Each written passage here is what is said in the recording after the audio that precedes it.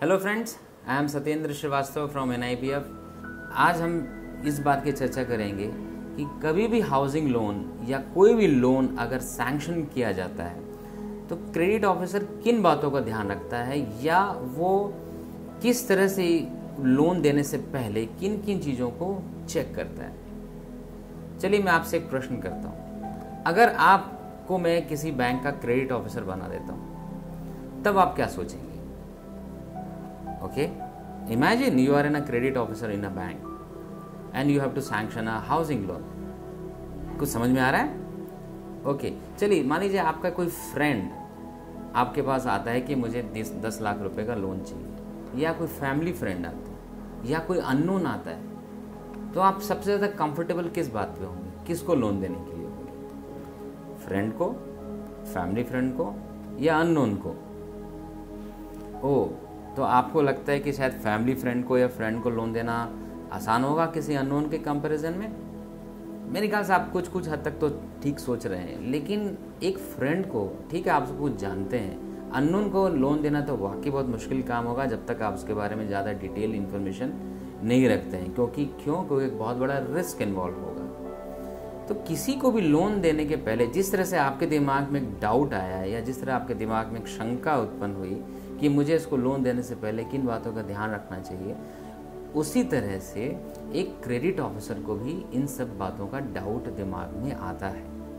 लेकिन वो केवल नोन या अननोन के अलावा भी बहुत सारे इस फैक्टर्स होते हैं जिसको उसको कंसिडर करना पड़ता है। जैसे कितने अमाउंट का लोन है, कितने समय के लिए लोन दिया जा रहा है, समय मतलब टेन्योर, कितने समय, 5 साल के लिए ले रहे हैं, 10 साल के लिए रहे हैं, 20 साल के लिए रहे हैं, 25 साल के लिए रहे हैं। व्यक्ति की एज क्या है जिसको लोन दिया जा रहा है? क्या उस व्यक्ति ने कभी पहले लोन लिया था बैंकों से या किसी दूसरे इंस्टीट्यूशन से? और यदि लिया था तो उसका पास्ट रीपेमेंट ट्रैक रिकॉर्ड कैसा है? पास्ट रीपेमेंट ट्रैक रिकॉर्ड मतलब पहले अगर कभी लोन लिया था तो उसका लोन पटाने का, लोन को समय से पटाने का टेंडेंसी था, या उसने लोन को डिले किया या पटाता ही नहीं था। तो ये भी एक बहुत इंपॉर्टेंट फैक्टर होता है। पर्पस क्या है लोन का, लोन किस लिए लिया जा रहा है, एक बहुत इंपॉर्टेंट पैरामीटर है। जिस जगह से रह रहा है वहाँ पर कितने समय से वो व्यक्ति उस जगह पर रह रहा है, ये भी एक इंपॉर्टेंट पैरामीटर है। आस पड़ोस के लोग या उसके नेबर्स उसके बारे में क्या राय रखते हैं, उसका कैरेक्टर कैसा है।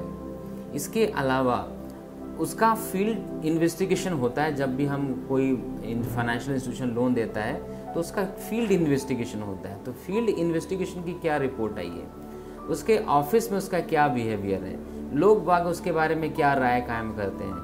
तो आप इसको देख के समझ सकते हैं कि किसी को लोन देना एक आसान प्रक्रिया नहीं है, बल्कि एक बहुत ही कॉम्प्लिकेटेड प्रोसेस है जिसमें उस व्यक्ति को जांचा जाता है, परखा जाता है। और इसके अलावा एक बहुत इंपॉर्टेंट पैरामीटर है कि क्या ये व्यक्ति की इतनी इनकम कैपेसिटी है, कि वो इतनी कैपेबिलिटी है कि लोन को जितना लिया है प्रिंसिपल प्लस इंटरेस्ट को उस समय पे नियम से वापस कर सके और साथ में अपना जीवन यापन भी कर सके। इससे आप बिल्कुल तरह के समझ गए होंगे कि अगर मैं आपको एक क्रेडिट ऑफिसर बना दूं किसी बैंक का, तो शायद आपको लोन देने में बहुत सारी कठिनाइयों का अनुभव होगा अगर आपको कुछ बातों की जानकारी ना हो। चलिए अब हम थोड़ा आगे जाते हैं और ये समझने की कोशिश करते हैं। मैं आपको यहाँ पर एक स्क्रीन पे 2 फोटोग्राफ दिखा रहा हूँ। ओके, एक फोटोग्राफ में बिल्कुल आपको दिख रहा है, एक क्या है, ये एरोप्लेन का पायलट है और दूसरी तरफ ये एक बस का ड्राइवर है। दोनों का काम सेम है मोरलेस। ये भी किसी चीज़ को ड्राइव कर रहे हैं, ये भी किसी चीज़ को ड्राइव कर रहे हैं। अच्छा, ये उड़ा रहे हैं। ओके, पायलट एरोप्लेन को उड़ा रहे हैं और ड्राइवर बस को चला रहे हैं। तो दोनों का जॉब मोरलेस सेम है। लेकिन जब आप एज ए क्रेडिट ऑफिसर देखते हैं तो शायद आपका नज़रिया बदल जाएगा इनको देखने का। आप एक एरोप्लेन के पायलट को शायद एक अलग नज़रिए से देखें, क्योंकि एक एजुकेशन उनके साथ जुड़ी हो सकती है, हाईली क्वालिफाइड हो सकते हैं, एक विशेष तरह की ट्रेनिंग उनकी हुई होती है, दे आर मोर शार्प, उनका इनकम ज़्यादा होता है।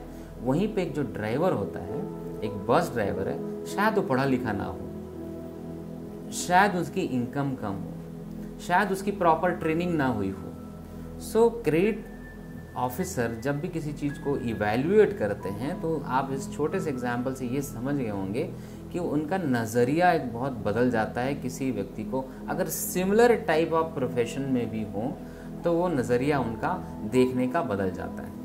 आई होप आप इस बात को समझ रहे होंगे। तो जब भी हम किसी लोन को हम सैंक्शन करते हैं तो एक स्पेसिफिक प्रोसेस को फॉलो किया जाता है जिसको हम लोन सैंक्शन प्रोसेस बोलते हैं, राइट। तो उसमें जो लोन दिया जाता है तो उस मेथड को, जो लोन को वेरीफाई किया जाता है, उसको अप्रेजल प्रोसेस बोलते हैं, लोन अप्रेजल प्रोसेस। तो लोन अप्रेजल प्रोसेस में there are so many steps जो आपको जानना जरूरी है। लोन अप्रेजल प्रोसेस में कस्टमर के दो चीज़ों को विशेष तौर पर ध्यान दिया जाता है। एक होता है उसका इंटेंशन और दूसरा होता है उसकी एबिलिटी। ये दो शब्द को बड़े ध्यान से सुनिएगा, इंटेंशन और ability. Ability to repay the loan and intention to repay the loan, दोनों एक चीज़ें नहीं है। बहुत ध्यान से सुनिए, दोनों एक चीज़ें नहीं है। मेरे पास मेरी 5 लाख रुपए महीने की कमाई है, मेरी 5 लाख रुपए महीने की इनकम है, तो मेरी एबिलिटी तो है मैं हाउसिंग लोन पटा सकता हूँ, लेकिन क्या मेरा इंटेंशन है? मैं नहीं पटाना चाहता। सपोज मान लीजिए there are so many example in the past, आप देख सकते होंगे लोगों के पास करोड़ रुपए होते हैं बट वो बैंकों के लोन को रीपे नहीं करते हैं। तो वहाँ पर एबिलिटी का प्रश्न नहीं है, एबिलिटी का सवाल नहीं है, वहाँ पर इंटेंशन का सवाल है। वो व्यक्ति चाहता नहीं है कि मैं बैंक का लोन वापस करूँ। तो आप एबिलिटी तो चेक कर सकते हैं किसी व्यक्ति की लोन देने की, आप ये तो चेक कर सकते हैं कि उसकी इनकम है कि नहीं, बट ये आप किसे चेक करेंगे कि वो क्या सोच रहा है, वो मैं लोन इसलिए ले रहा हूँ कि मैं लोन को पटाना नहीं चाहता। तो उसको जज करने के बहुत सारे तरीके हैं। Ability to pay is a objective and intention to pay is a subjective matter. समझ में आ रहा है आपको? थोड़ा सा कॉम्प्लिकेटेड हो गया। तो इंटेंशन टू पे comes from the background of the character.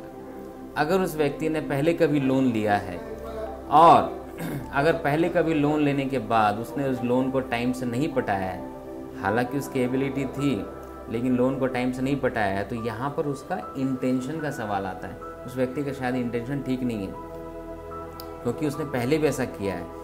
इसीलिए जब मैंने बोला कि जब हम चेक करते हैं उसका पास्ट रीपेमेंट ट्रैक रिकॉर्ड, तो शायद यहाँ पर हम इंटेंशन को चेक करने की बात करते हैं। तो यहाँ पर जब भी हम किसी कस्टमर की बात कर रहे हैं, उसका चेक करना है अप्रेजल मेथड में, तो कस्टमर की दो चीज़ों को चेक किया जाता है, ability to repay and intention to repay, या हम कैपेसिटी टू रीपे भी बोल सकते हैं। समझ में आई आपको बात? दूसरी चीज़ होती है हम किसी भी हाउसिंग लोन में उसका प्रॉपर्टी। दो एंगल हुआ, एक तो हमने उसके कस्टमर के बारे में जाना कि क्या वो पटा सकता है और उसका इंटेंशन है कि नहीं, और दूसरा उसकी प्रॉपर्टी के बारे में वेरिफिकेशन करना जरूरी होता है। तो इस पूरी प्रोसेस में हम क्रेडिट चेक में हम बहुत सारी चीज़ों को स्टेप बाय स्टेप हम चेक करेंगे। कुछ बातें एबिलिटी टू पे के बारे में हम बात करना चाहेंगे कि एबिलिटी टू पे कैसे आता है।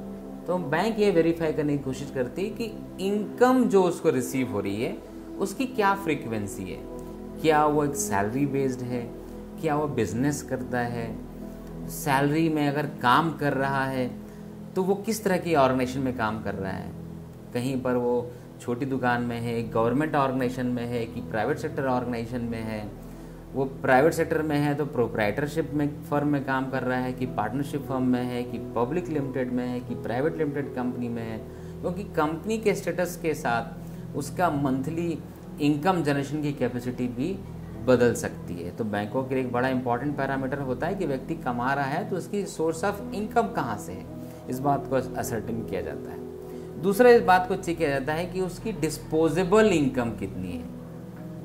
ध्यान रखिए, नया टर्म आया आपके सामने, इनकम, डिस्पोजेबल इनकम क्या होता है हम उसको धीरे से जरूर समझेंगे, बट एक नया टर्म है, जरूर इस बात को ध्यान रखिए, नोट कर लीजिए। डिस्पोजेबल इनकम, डिस्पोजेबल इनकम कि अगर मेरे पास 100 रुपये की इनकम है तो क्या मैं 100 रुपये का पूरा 100 रुपये बैंकों को लोन के रूप में, EMI के रूप में दे सकता हूँ? शायद नहीं। क्यों? क्योंकि मेरे खुद के भी तो कुछ खर्च हैं, मेरी फैमिली है, मेरी इनकम है, मेरे को एक्सपेंसेस हैं। हो सकता है मैं रेंट के मकान में रह रहा हूँ तो मुझे रेंट पटाना है, बच्चों की स्कूल है, फीस है, फूड है, राशन है, मेडिकल इमरजेंसी रिक्वायरमेंट है। There are so many expenses which any person is incurring on a day to day basis. So he cannot use the entire 100% income to give towards a loan EMI. So कितना portion वो bank को loan की EMI पटाने में दे सकता है, that is called disposable income. कैसे calculate करते हैं डिस्पोजेबल इनकम, ये हम आगे के वीडियोस में जरूर देखेंगे, बट अभी आपको ये समझना है कि बैंक हमेशा ग्रॉस इनकम की बजाय उसकी डिस्पोजेबल इनकम को ज़्यादा तवज्जो देती है कि ये व्यक्ति कितना एलिजिबिलिटी इसी तरीके से कैलकुलेट किया जाता है कितना अमाउंट वो टुवर्ड्स EMI पे कर सकता है। इसके अलावा ये और भी जानने की कोशिश करते हैं एबिलिटी टू रीपे में कि उसकी क्या कोई एडिशनल सोर्स ऑफ इनकम भी है। फॉर एग्जाम्पल, अगर कोई डॉक्टर है, डॉक्टर हो सकता है कि किसी प्राइवेट इंस्टीट्यूट में एज अ जॉब कर रहे हैं और साथ में अपना खुद का भी एक डिस्पेंसरी है, तो उनकी एडिशनल सोर्स ऑफ इनकम को भी कंसिडर किया जा सकता है। सो इस तरह से हमेशा जब भी किसी की इनकम निकाली जाती है तो what is the main source of income और डिस्पोजेबल इनकम कितनी है और क्या कोई अदर इनकम भी है। तो एबिलिटी टू रीपे में इनकम के सारे सोर्सेस को वो कंसिडर करते हैं और उस हिसाब से हम उसकी एबिलिटी टू रीपे कैलकुलेट करते हैं।